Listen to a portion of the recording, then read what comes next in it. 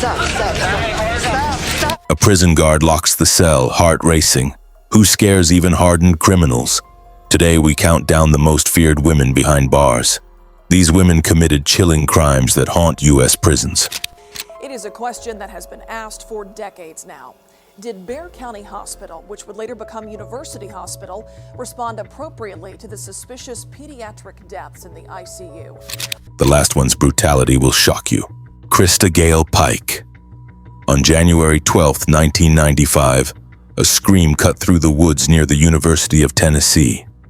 Christa Gail Pike, just 18, lured her Job Corps classmate 19-year-old Colleen Slemmer to a remote spot with a promise of peace. Instead, Pike unleashed a nightmare. Jealous over her boyfriend Tatterall's Ship, and friend Shadala Peterson attacked Slemmer. For 45 minutes, Pike beat, slashed, and tortured her, carving a pentagram into her chest. She smashed Slemmer's skull with asphalt, killing her, and kept a bone fragment as a trophy. With all her might, Colleen in the head. Police found the skull piece in Pike's jacket pocket after she bragged about the murder to her roommate. Everything that I did that night, I knew what I was doing. Born March 10, 1976 in West Virginia, Pike had a rough childhood. Her mom partied hard and her dad barely cared. By 12, she'd attempted suicide twice. At Job Corps, she focused on Ship, a Satanist, adopting his beliefs. Convicted of first-degree murder on March 22, 1996, Pike got death by electrocution.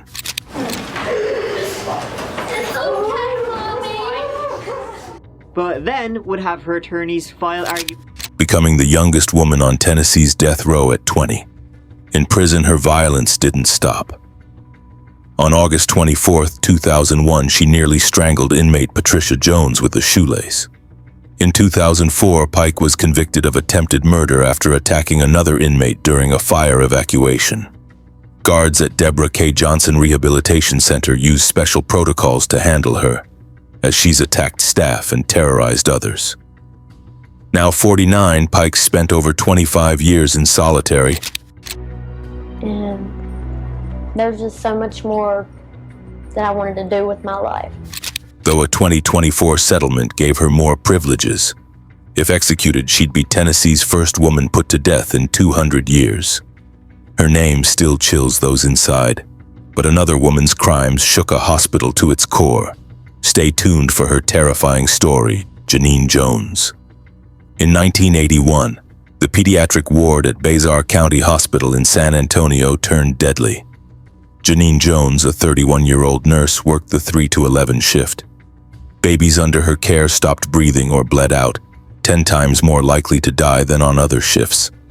She injected infants with drugs like succinylcholine, a muscle relaxant that paralyzed breathing, or heparin, causing massive bleeding. 15-month-old Chelsea McClellan died on September 17, 1982, after Jones gave her 3 shots at a Kerrville clinic. Tests showed a lethal dose of succinylcholine.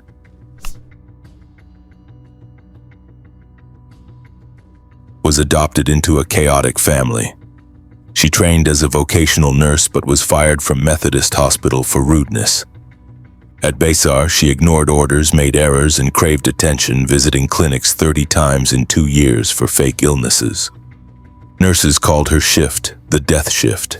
5 infants that Janine Jones, known as the killer nurse, said following Jones's sentencing to death. In 1984, Jones was convicted of Chelsea's murder, getting 99 years, and attempted murder of 4-week-old Rolando Santos, adding 60 years.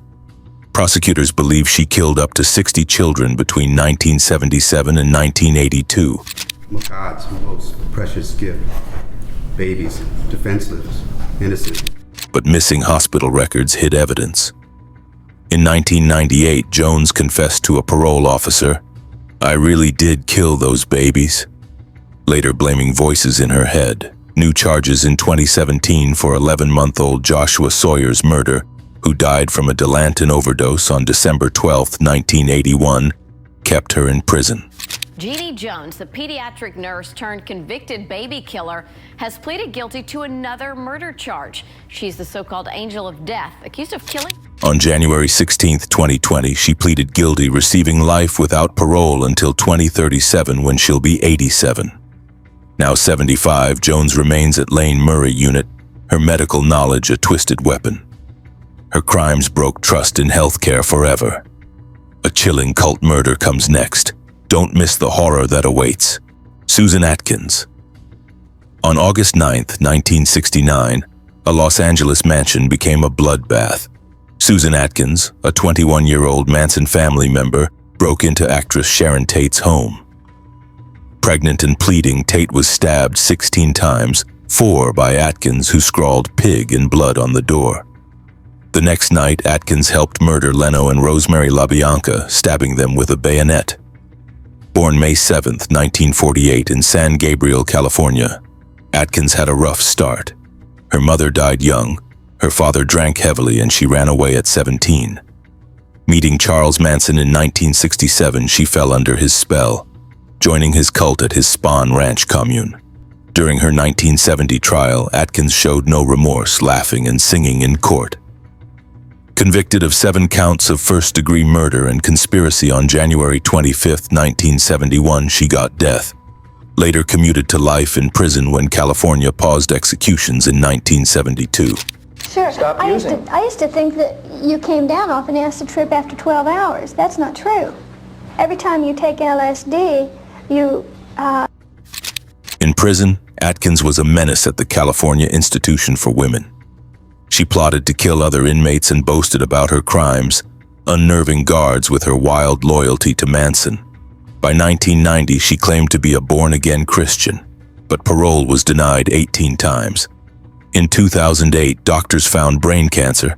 She died September 24, 2009, at age 61 after 40 years behind bars at Central California Women's Facility.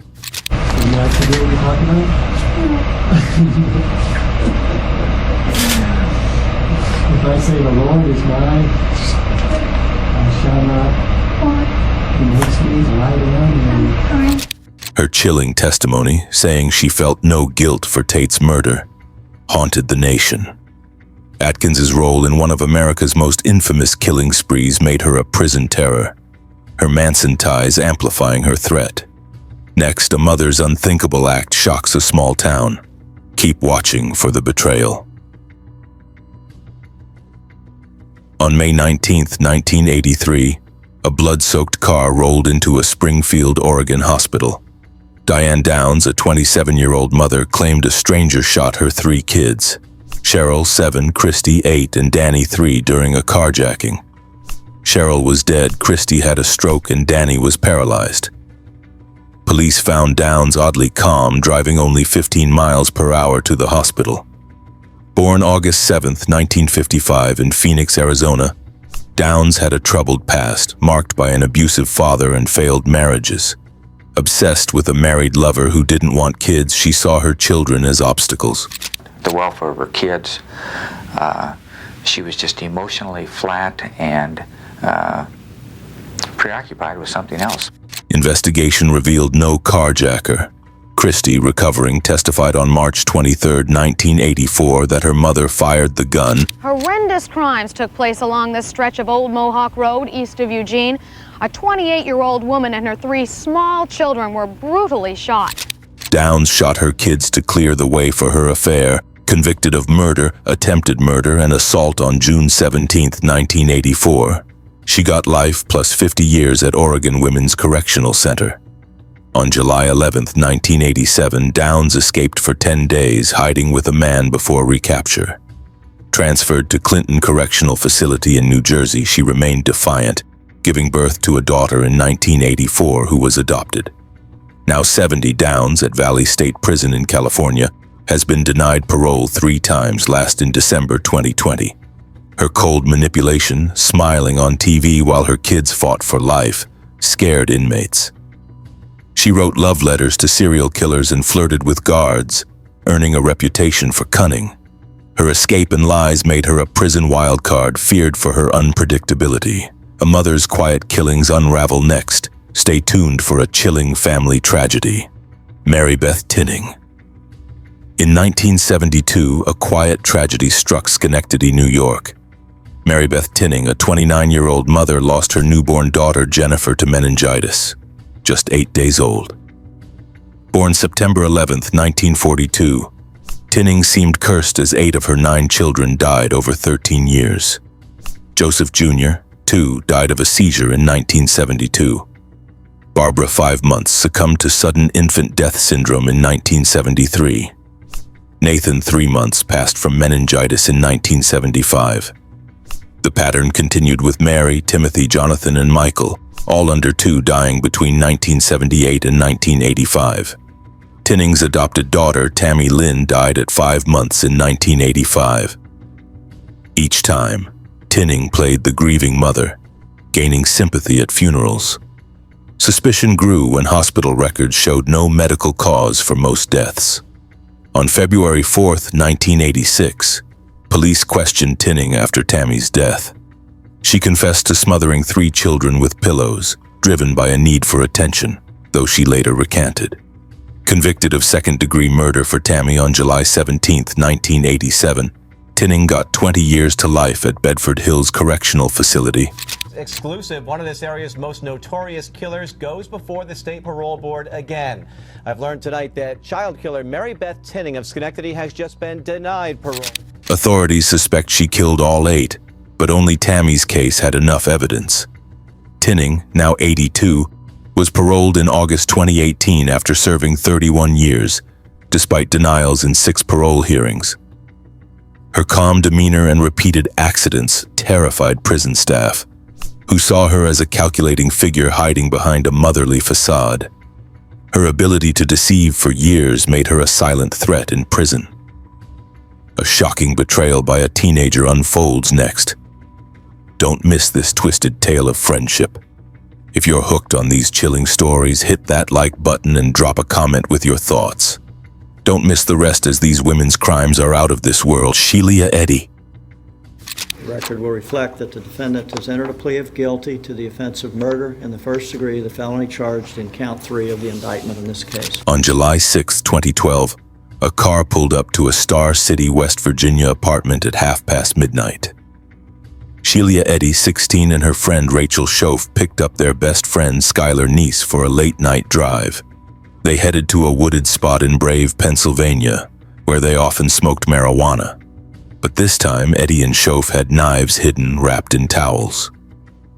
Born September 28, 1995, in Blacksville, West Virginia, Eddy was charismatic but hid a dark side.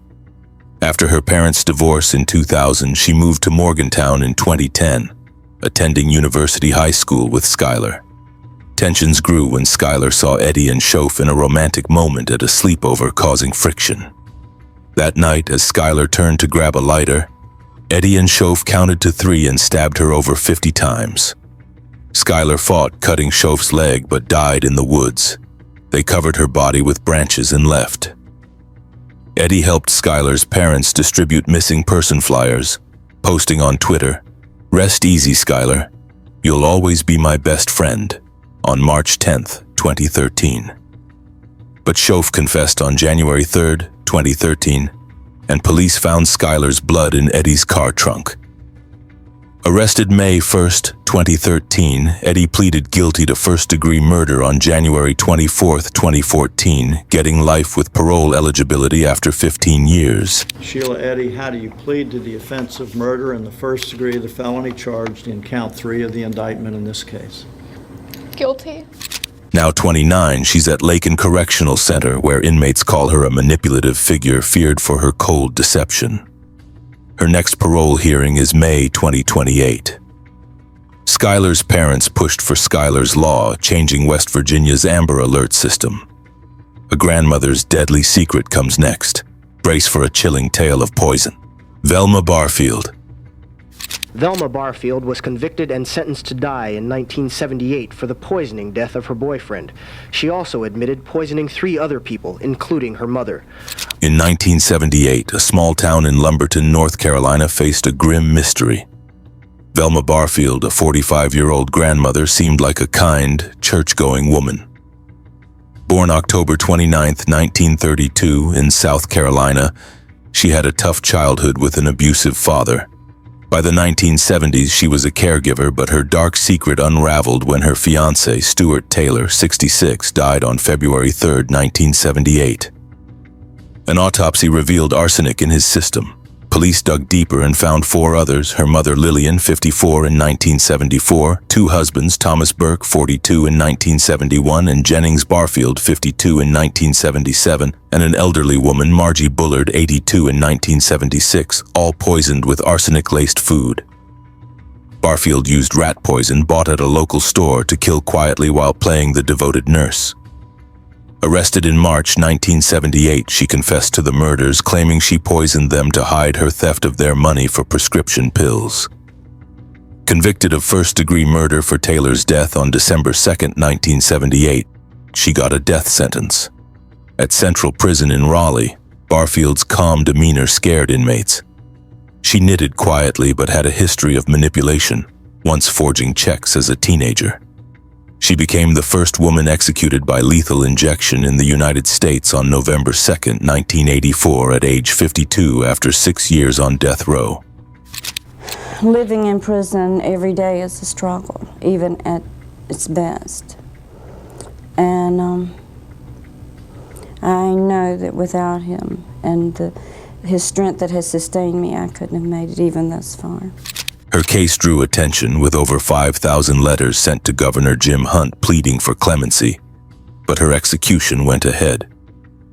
Barfield's ability to hide her crimes behind a grandmotherly smile made her a haunting figure in prison.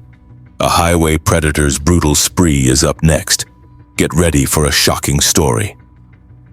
Aileen Wuornos. Everybody's looking at the number. Does that not... You killed 7 men, 7 strangers. Does that not make you a serial killer? So I didn't kill them every day, did I? In 1989, Florida's highways turned deadly. Aileen Wuornos, a 33-year-old prostitute, began a killing spree that left 7 men dead. Born February 29, 1956, in Rochester, Michigan, Wuornos endured a brutal childhood, abandoned by her mother at 4, abused by her grandfather, and pregnant at 14. By her 20s, she drifted into sex work. Between November 1989 and November 1990, she shot 7 clients, all men aged 40 to 65, at close range with a .22 caliber pistol, stealing their cars and cash. All they were was shot and left. If it was a horrendous crime, why didn't I shoot them between the eyes, cut their penis off, stick it in their mouth, do all kinds of gross stuff? All they were was shot and left, Her first victim, Richard Mallory, 51, was found December 13, 1989, with 3 bullets in his chest. Wuornos claimed self-defense, saying the men tried to assault her, but evidence showed premeditation. She carried the gun and targeted isolated men. Arrested January 9, 1991, at a biker bar in Volusia County, she confessed after police found her fingerprints on stolen cars. Convicted of 6 counts of first-degree murder on January 27, 1992, she got 6 death sentences. At Florida State Prison, Wuornos was volatile, cursing guards and demanding execution. Her chilling words, "I killed those men, robbed them as cold as ice," stunned inmates. Executed by lethal injection on October 9, 2002, at age 46, she remained defiant, saying, "I'll be back." Her case sparked debate. Over 200,000 people followed her trial coverage, and a 1994 documentary, Aileen, Life and Death of a Serial Killer, cemented her infamy. Wuornos' raw anger and brutal efficiency made her a terrifying presence, even among prisoners. Now her story lives on in true crime lore, with over 1 million Google searches annually. A nurse's deadly game in a hospital awaits. Stick around for the next chilling tale. Kristen Gilbert. In 1995, the Veterans Affairs Medical Center in Northampton, Massachusetts became a death trap. Kristen Gilbert, a 28-year-old nurse, turned her ward into a killing ground. Born November 13, 1967, in Fall River, Massachusetts, Gilbert had a history of mental health struggles, including a suicide attempt at 16. Hired in 1990, she worked the evening shift, but patients, mostly veterans aged 40 to 70, started dying unexpectedly. Between 1995 and 1996, at least 4 men, Kenneth Cutting, 65, Stanley Jagodowski, 66, Henry Houdon, 35, and Edward Squira, 69, suffered sudden heart attacks under her care. Gilbert injected them with epinephrine, a drug that spiked heart rates, causing cardiac arrest. She'd rush in to save them, craving the hero role. Hospital data showed a 60% spike in code blue emergencies on her shifts compared to others. Suspicion grew when syringes went missing, and a coworker caught her tampering with a patient's IV on February 2, 1996. Arrested in 1996, Gilbert faced trial in 2000. Prosecutors proved she killed to impress her boyfriend, a hospital security guard. Convicted of 3 first-degree murders and 2 attempted murders on March 14, 2001, she got 4 life sentences without parole. At Federal Medical Center, Carswell in Texas, Gilbert, now 57, unnerved inmates with her calm facade and past bomb threat to the hospital in 1996. Her medical skills and manipulative charm, once faking illnesses for attention, made her a quiet menace. Over 40 suspicious deaths were linked to her, though only 4 were charged due to evidence gaps. Her ability to kill under the guise of care chilled the prison. A grandmother's poison-laced smile is the last. Don't miss this deadly twist, Nannie Doss. In 1954, a chilling pattern emerged in Tulsa, Oklahoma. Nannie Doss, a 49-year-old housewife, left a trail of death across 4 states. Born November 4, 1905 in Blue Mountain, Alabama, Doss endured a harsh childhood with a controlling father who banned school dances. Married 5 times, she poisoned 4 husbands. Arlie Lanning, 45, in 1945. Richard Morton, 69, in 1945. Frank Harrelson, 42, in 1945. And Samuel Doss, 66, in 1954, with arsenic slipped into coffee or prunes. She also killed her mother, Lou Hazel, 62, in 1953. Her sister, Dovie Weaver, 37, in 1952. Her grandson, Robert Haynes, 2, in 1943, and her mother-in-law, Arlie Lanning's mother, 70, in 1945. Autopsies confirmed arsenic in Samuel Doss's body after he died October 12, 1954. Hospitalized for stomach pain.